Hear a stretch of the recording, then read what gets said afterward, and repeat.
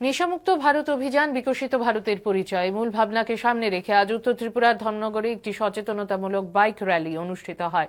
যুব সমাজকে মাদকের অভিশাপ থেকে রক্ষা করে একটি সুস্থ, নিরাপদ ও সচেতন সমাজ গড়ে তোলার আহ্বানে ধর্মনগর থানার উদ্যোগে আয়োজিত এই র্যালিটি বিভিন্ন পথ পরিক্রমা করে। যুব সমাজকে মাদকের ভয়াবহতা সম্পর্কে সচেতন করা এবং তাদের নেশার কবল থেকে দূরে থাকতে উদ্বুদ্ধ করার জন্য এই র্যালির আয়োজন বলে জানান ধর্মনগর থানার police sub inspector Tapan Das. ঠেলে দেয়, শারীরিক ও মানসিকভাবে দুর্বল করে তোলে। বাইক র্যালির মুখ্য উদ্দেশ্য এবং আহ্বান হচ্ছে যুব সমাজ যাতে ড্রাগসের নেশা থেকে নিজেকে দূরে রাখে, সুস্থ সুন্দর স্বাভাবিক জীবন গড়ে তোলে এবং শিক্ষিত সমাজ গড়ে তোলে। ড্রাগস আপনারা জানেন যুব সমাজকে ধ্বংসপথে নিয়ে যায় এবং সুন্দর ভবিষ্যৎকে নষ্ট করে ফেলে।